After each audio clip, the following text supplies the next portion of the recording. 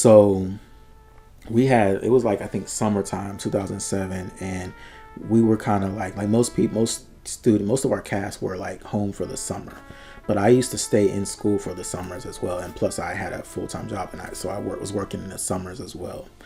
And in the summer 2007, we had season 1 in the can, and I think we were gearing up for season 2, and I was writing and all that stuff. And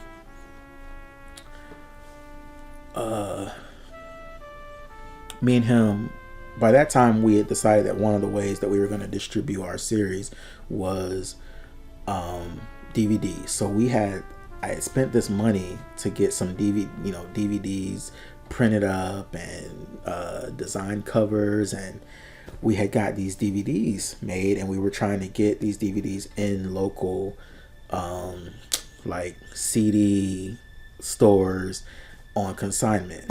So this particular day, me and him had agreed to spend the day going around to a few stores to talk to the owners and the managers about taking a supply of our DVDs. Right? We were like giving them like 10 DVDs at a time or whatever, and then sell, the whole consignment thing. So we did spend the day doing that, right? Me and him driving around. I think we probably were, I don't know whose car we were in that day, his or mine. I guess it had to be mine, because it was probably mine, I guess. And so at the end of our day, I remember we had gotten into a conversation in the car, kind of turned to a little bit of argument about something. I don't know what it was. It was, but it was something around like the concept of like communication and like loyalty, because some of those things that seemed like micro issues, but were like inconsistencies and patterns that I was seeing in him. When those things would come up, I was always addressing them with him, right? And in the early times of us, we didn't argue a lot. He seemed to be a lot more like agreeable and we were able to like resolve things once we actually talked, right? I did notice that he only wanted to talk things through when he was down to talk and figure things out. It did have to be on his time. It had to be when he felt like it, when he was ready. And what I learned is that when you told him what you want to talk to him about, that gave him time to put a story together, a narrative together or whatever.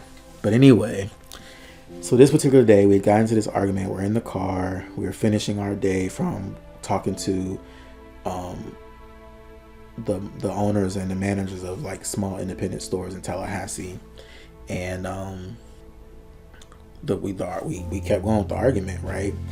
And it was something about like something that I found out about him from one of our other actors, about some stuff that he was working on, and I just felt like, you can tell me, like we have to have a level of like trust and transparency in order to just be able to and keep investing in each other. You know what I mean? So it's like, dude, I'm sharing with you, I'm telling you, other things that I'm doing and things that people want me to do and and I'm trying to be loyal to this partnership.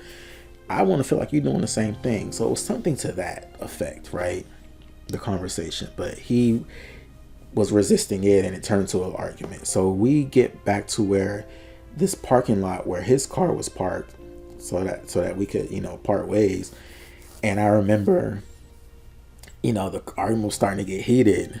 It was probably our first big heated argument. And I remember him getting out. We both got out of the car, and I remember him getting out of the passenger side, and he says to me, he's yelling at me. He's like, "You know what? This sounds like some boy girl shit." Right?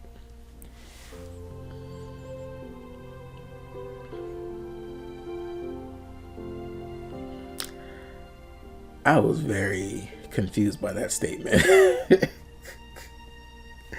I was confused and I was offended, but I wasn't sure quite which way to be offended by that statement. I was like thinking like myself, what are you trying to say with that statement? Like, why are you using that kind of statement with me, right? Like, what is that supposed to mean, really? What do you mean by that? And so I remember that was pretty much like the end of the argument for me. I don't remember much going on after that. And I remember I probably said fuck you to him or something like that, and I got in my car, pulled off, and went home, right? And I remember being so mad because I was like, what the fuck is that? So I was mad about the argument, but I was really mad about that statement, right? Because I was like, what is that supposed to mean? Like, what does that mean? This is like some boy girl shit. Like, what are you trying to say? So here we go. In my mind, I'm one of those overanalyzers. I used to have a big issue with that. And I'm asking myself, like, why would he ever put me and him in a conflict in the context of a boy-girl situation? Like, what are you trying to say? You're trying to say that you the boy and I'm the girl, and so me confronting you about something that I was concerned about, what are you trying to say? Like, I'm nagging you like how a girl would? Or like, what are you trying to say? And so I was pissed. I was so pissed. And so we had started back kind of talking probably via text, because I probably wouldn't speak to him for a couple of days or something, most likely. And I remember going about the rest of that week, and I just remember that whole week, like, I couldn't like calm down from that argument. Like, I couldn't calm down from that. I couldn't calm down from that statement. And I was so mad. I was like, I told myself, I said, you know what? This city is not even big enough for the two of us right now, And so, because I was at that time I was comfortable, financially, and so I was like, you know what? I'm taking a vacation. I need a break, right? And I said, my best friend Kesha is out in LA. I need a break. I'm gonna go out, see her in LA, and try to woo-saw, right? Because I don't even want to be in the same city as him right now, right? I was mad. And so I booked a plane ticket to LA for a weekend. And the funny thing is I had him take me to the airport. I had him take me to the airport in my car, and I let him keep my car for the weekend while I was gone, while I was in LA, because I knew that his car wasn't in great condition, and that because he had lost his job, so he wasn't driving the company car anymore. So whenever we kind of had something to do, we were taking my car because my car was newer, right?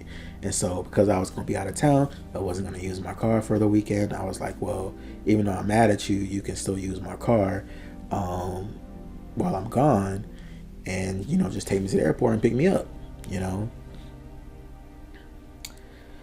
I was a good friend. I was a good friend. So I go to LA, and I fly to LA mad at him still, right? So it was my first time ever. That was my first time being on a plane ever in my life. And I flew to LA, and that was my first time in California. And I had lived on the West Coast before in Las Vegas as a kid. And my dad lived out there. So I'd been to the West Coast before, but I'd never been to California. So I fly to LA. My friend Kesha picks me up from the airport, and before we even go to her house, the first thing we do is she takes me to get something. Go get something to eat, right? We have dinner. And I remember, I think we had dinner at like Planet Hollywood or something like that. And one of the first things she said to me when we sat down in the booth, right? She looks at me and she says, So you're in love with Jared.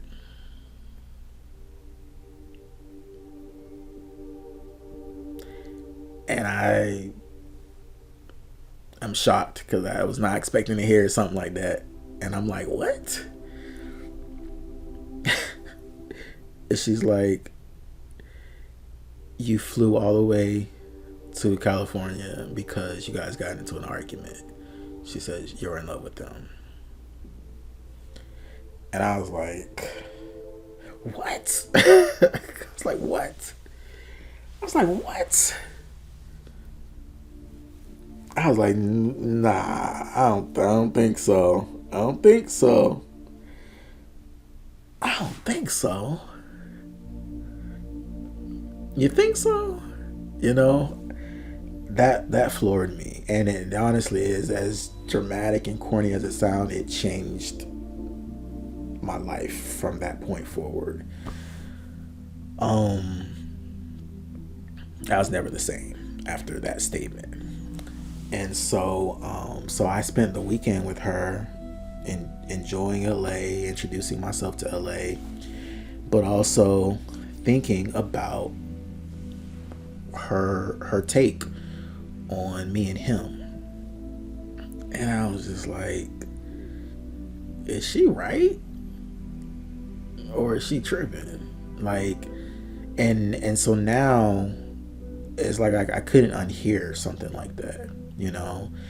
And I had to now figure out, how did I feel?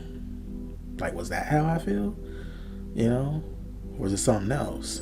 You know?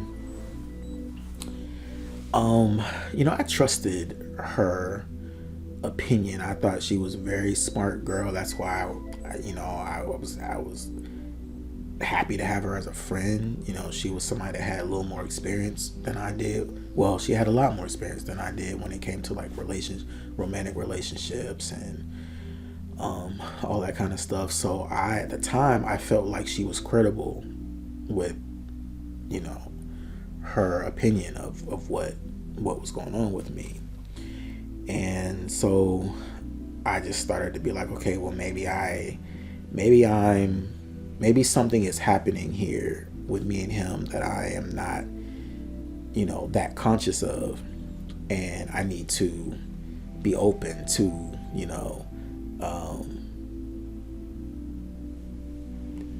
exploring what that means. If it's true, if so, what does that mean moving forward for me and him? What does that mean moving forward for me? What does that mean in the context of what we're trying to do here, which we're trying to get to Hollywood, So it just made things that were already like a little bit tricky, just like a million times more, more tricky, and difficult.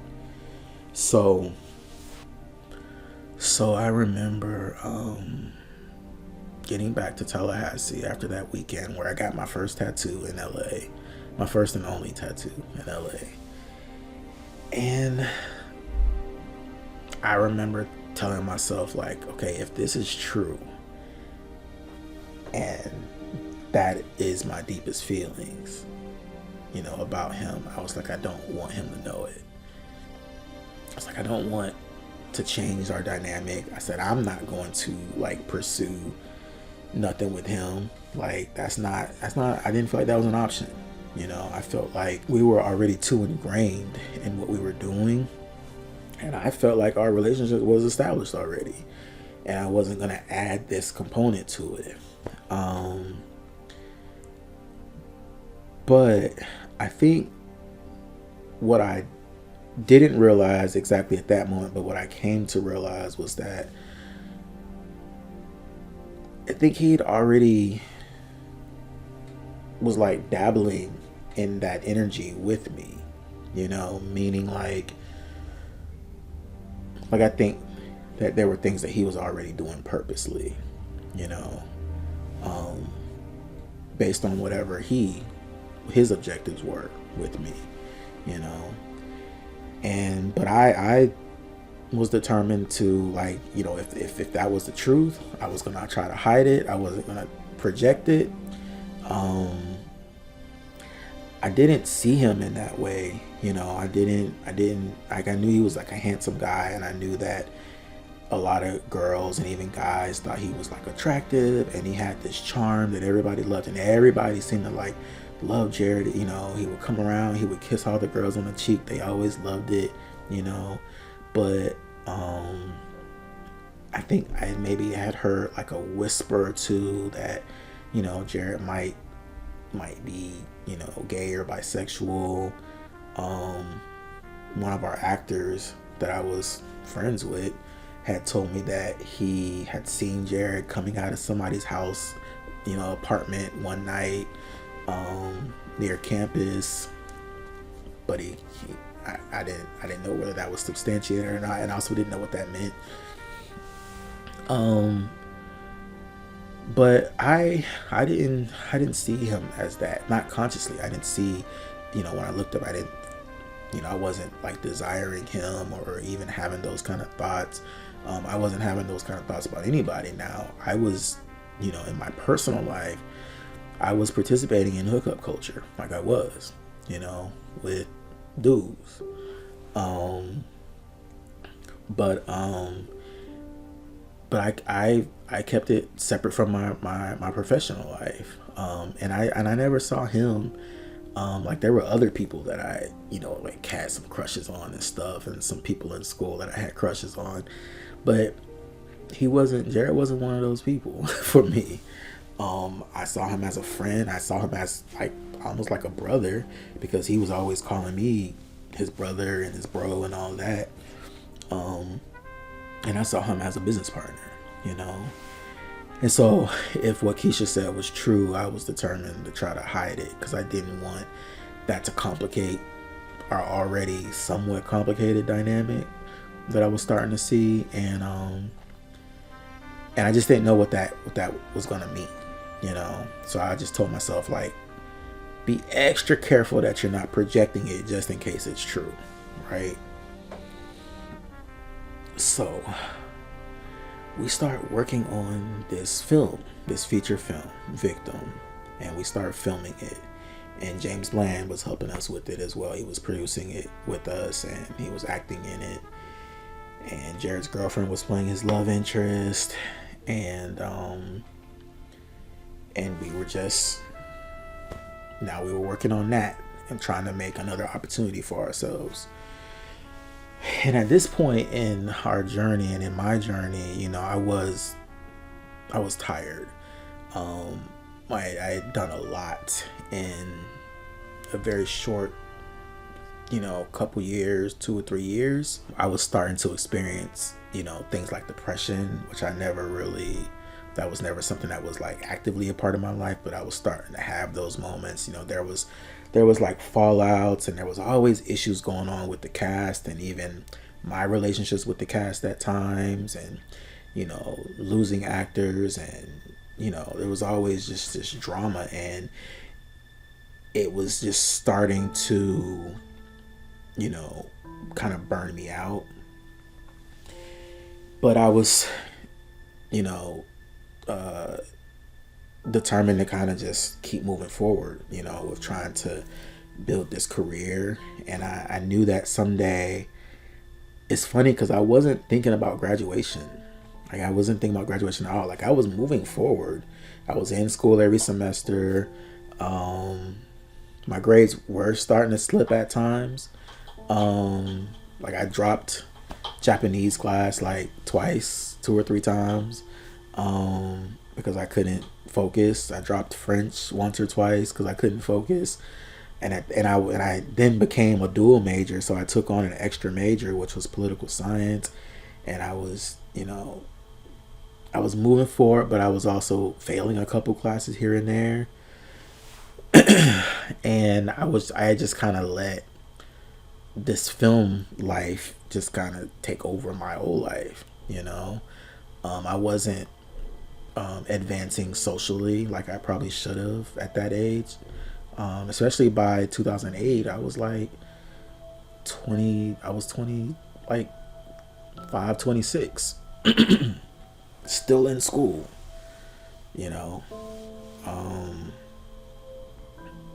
in heading into like my 6th year of school, you know, which is crazy. So I had like way more credits than I needed to, but I still didn't have like certain credits that I needed to get me out of school to graduate, and I wasn't even focusing on that, you know. So I ended up with, I was a dual major, and I had accumulated about like 4 or 5 minors in different areas, like religion, philosophy, communication,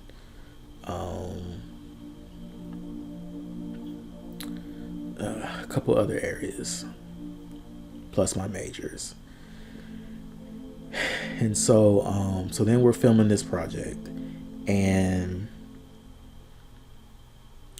it's going okay. It's going okay. By that point, definitely, me and his dynamic was definitely a lot more complicated, you know. And now he has this girlfriend, and now I'm spending time with her and him, and she also wants to be friends with me, but I'm trying to be like, no, you're his girlfriend and you're my actress, so I don't need the friend thing, right? But she wanted to be friends with me, and she was such a great girl, you know. And so that was difficult, because I was trying not to, like, he would like want me to be around him and his girlfriend, despite the way that I came to find out about them, and despite that, me finding out that he was dating somebody created like a trust thing between me and him, or me towards him, because I was like, you were hiding it. So the question is, why did you feel the need to hide it from me? Like, who am I for you to need to hide a relationship from, or a girlfriend from me? Like, that was weird for somebody who was allegedly supposed to be a straight guy, you know.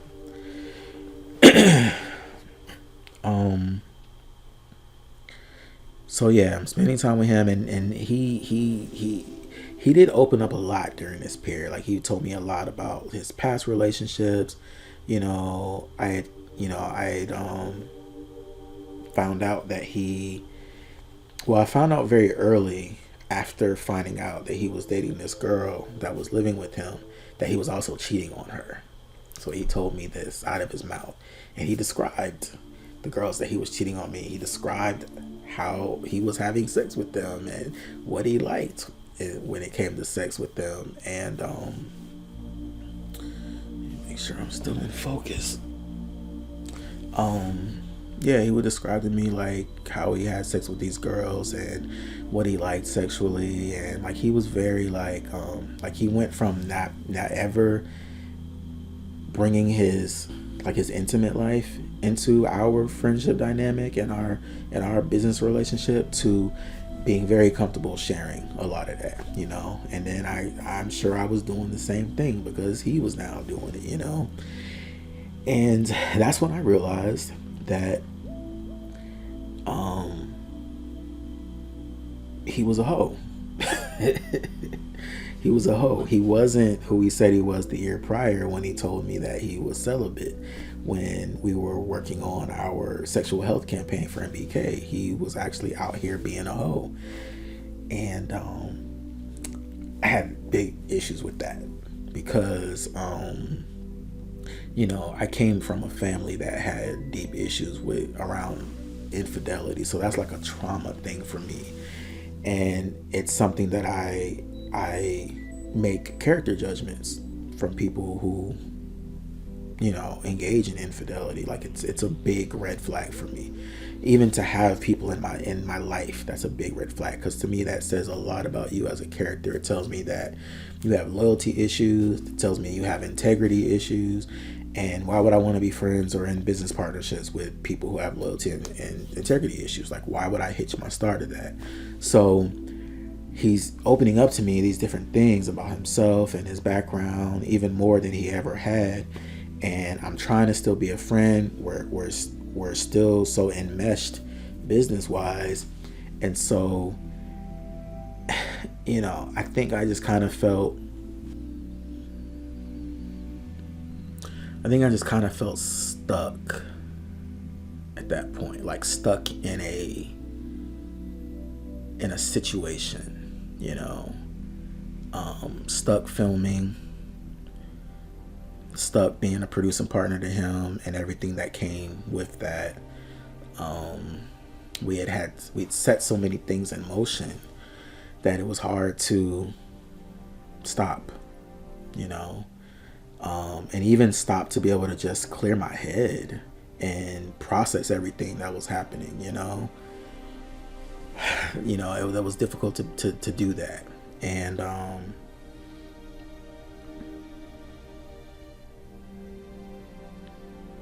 and my trust had started going down for him, seeing how he treated that girlfriend, and then the sum of my experiences with him. I was really like, I had mostly a negative opinion of him, and it was just very different from how he presented himself originally to me. And the things that like somebody had said to me like the year prior or whatever, and they had said, oh, he's using you, those things really started to echo more in my head by that point. But again, we were stuck in a situation. We were filming a movie at that point.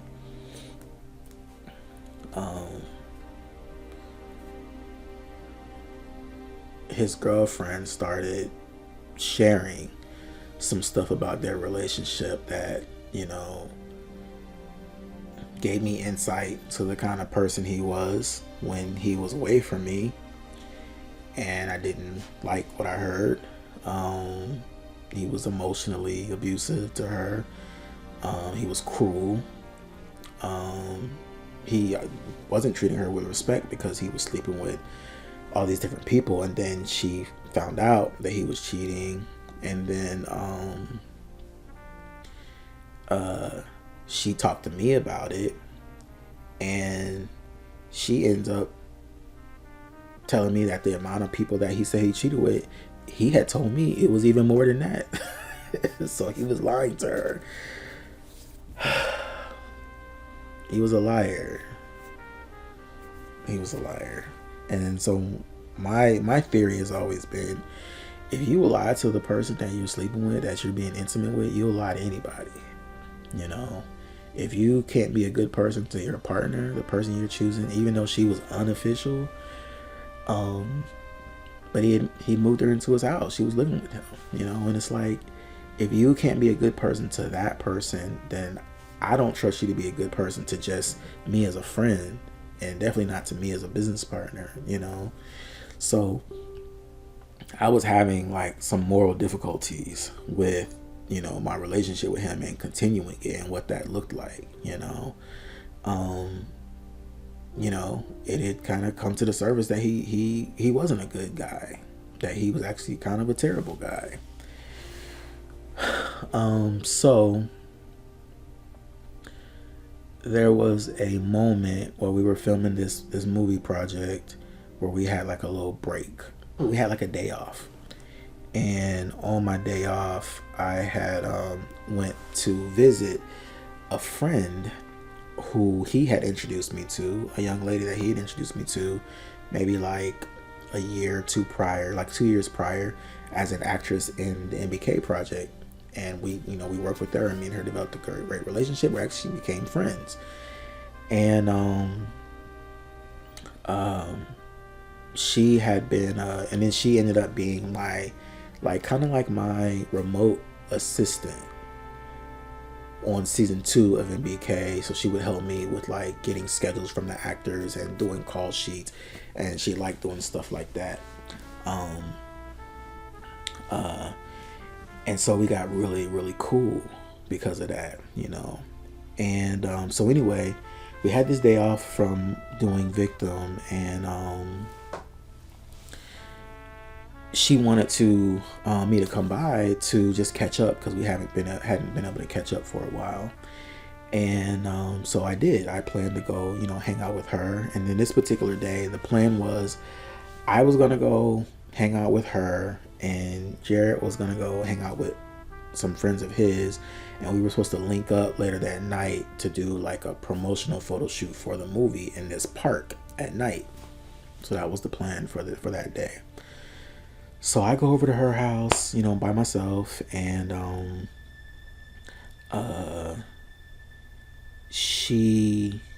we have a good time. We're kicking it, sitting on our couches, kicking it, catching up. I'm catching her up on all the goings on with everybody around us and the projects, and she's asking how the projects are going, how the filming of the movie is going. And she asked, there was somebody else that was supposed to play the role that we gave to his girlfriend, and she asked, what ended up happening with the one actress not taking it and the other actress taking it.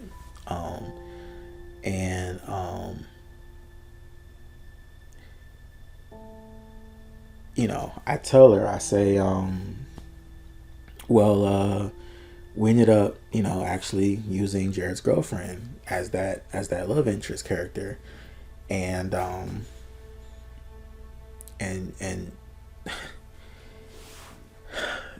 she stops and she doesn't say anything, but she gives me like a weird look, right?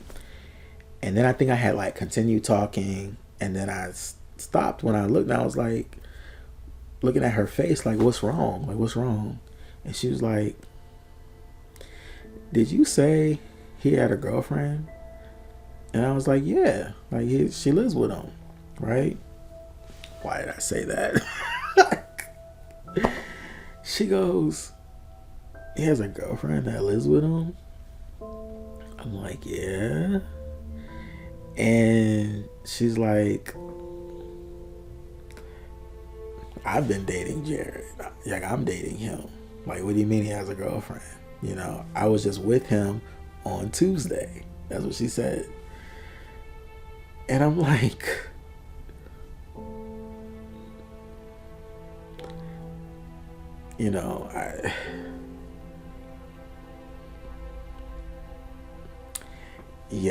I was confused.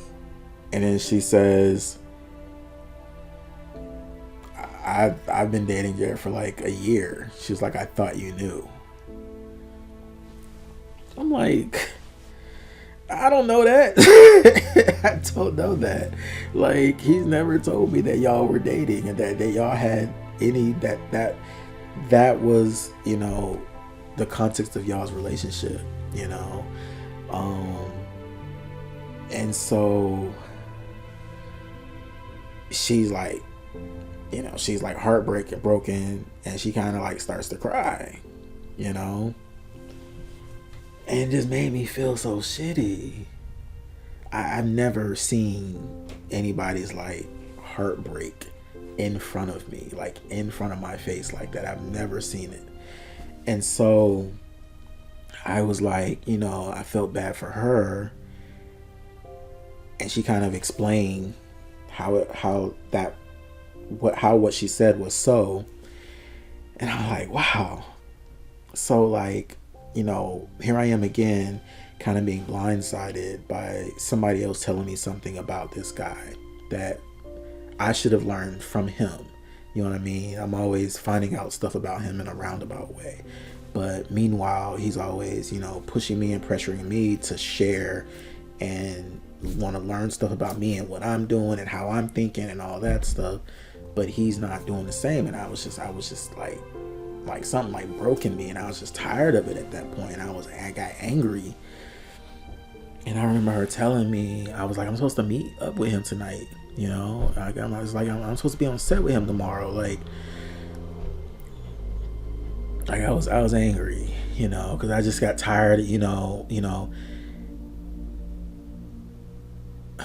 Me and him were supposed to have the kind of relationship by that point where, I'm not walking into situations with people that he has even brought into my life, and he's not giving me the proper context about who these people are, and I'm sharing things, innocently, not knowing that, oh no, he's over here moving like this, and he is manipulating these people and acting like these different pieces are never going to like cross over. But he was bad at that. because I was finding stuff out, and people were finding stuff out. Like, people were crossing paths, and things about him were coming to the surface, all because of how he was out here moving.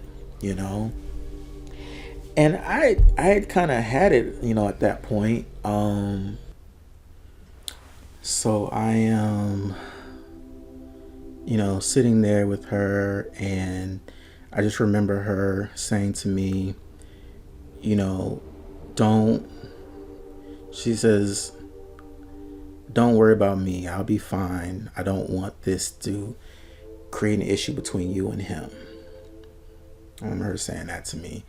And I remember saying, like outside of what he's done to you and how he's screwing with you, and hurting you, I was like, no, there's a real issue, like for real now between us, because I gotta make a decision if I even want somebody like this in my life, and there have been, issues along the way, so far across these.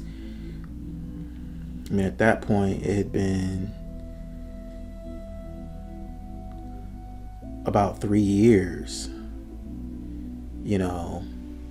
since I've known him, and so this felt like a culmination. It felt like a point where I needed to make a decision, because I don't think I had the words at the time to describe how I was feeling, but ultimately it was, like a conflict with my values, having this person in my life. I felt like I could do bad by myself. I don't need this. I don't need him. You know what I mean? Like, it's not like he's enriched my life in ways that I couldn't have done for myself, and it's not like I'm trying to hitch myself to his star. Like, I've always been clear that it was him hitching himself to my star and what I got going and what I was trying to do. You know what I mean? And I had the feeling at that point that he was masquerading, because masquerading at doing that, because it was clear that this guy wasn't like some deep artist, and he wasn't somebody that had like a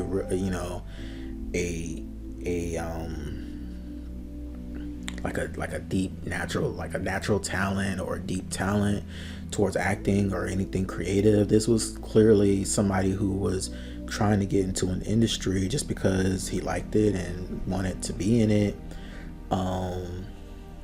for whatever deeper reasons inside him that he wanted to do that. But he wasn't my equal.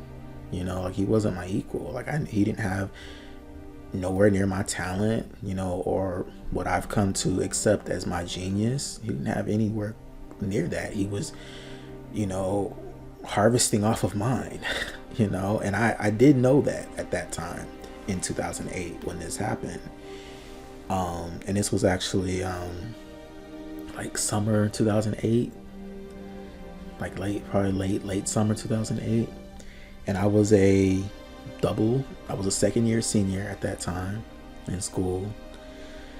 But yeah, she was heartbroken, and it hurt me that I, inadvertently hurt her, and it just made me, be like, yo, like me and him, we gotta deal with this issue, I remember texting him, and because again, we were supposed to meet up that night anyway. I was supposed to pick him up anyway that night. And so I remember texting him and telling him, like, we gotta talk, which he never used to like when I told him that. And of course he's asking, what about, and this time I'm like, no, I ain't finna tell you. Like, you gonna wait, you gonna find out when I see you, and then we'll talk. And so he didn't like that, of course, because people like him need to control the situation, you know, and they don't want to be blindsided. So, and I'd learned that about him, and I'd learned that about people like him. So I was starting to come into a certain consciousness that I hadn't had before I met him, you know. But my journey with him at that point had opened my eyes to so much, you know, and I kind of just like couldn't believe that this is where I was, you know, because I felt like even though we had made progress in this like entertainment career we were trying to get off the ground, you know, we had met Spike Lee, we had had some other victories, right? But I just felt like I was kind of, maybe in a personal sense, I feel like I was kind of far from where I ever thought I'd be, you know, and it was due to me tethering myself to this person, you know. And so anyway, I left her, gave her a hug, left her, told her I would check on her later. And she told me again, she's like, I don't want you guys to fight, you know. I think she was thinking fight. She didn't want us to fight, but she didn't want us to fight over him, what he did to her. But I just had to tell her, you know, that's not the only issue that I'm gonna have to address, you know, with him. Like there's an issue with us that we've been not fully confronting. So I left, and he sent me the address to where he was, and I drove over to pick him up from his friend's house, and we drove over to a park in Tallahassee. Let me see if I can think of the name of it. I don't remember the name of it, but I know that it was, what was it, off of Thomasville Road. It's a park that we had previously done several photo shoots for MBK, so it was like a common park that we used. And I remember we drove up to the park. It was completely dark.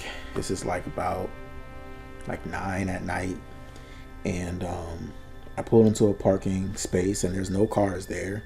The park is completely empty, and we both get out the car, right? And of course, he's wanting to see what I wanted to talk about, right? So I go into recounting the night's events with the young lady, right? And he's like listening silently, and I take him through the whole story.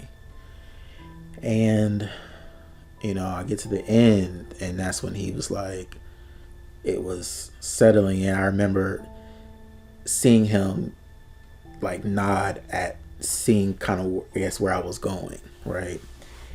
And I just remember saying to him, I was like, you know,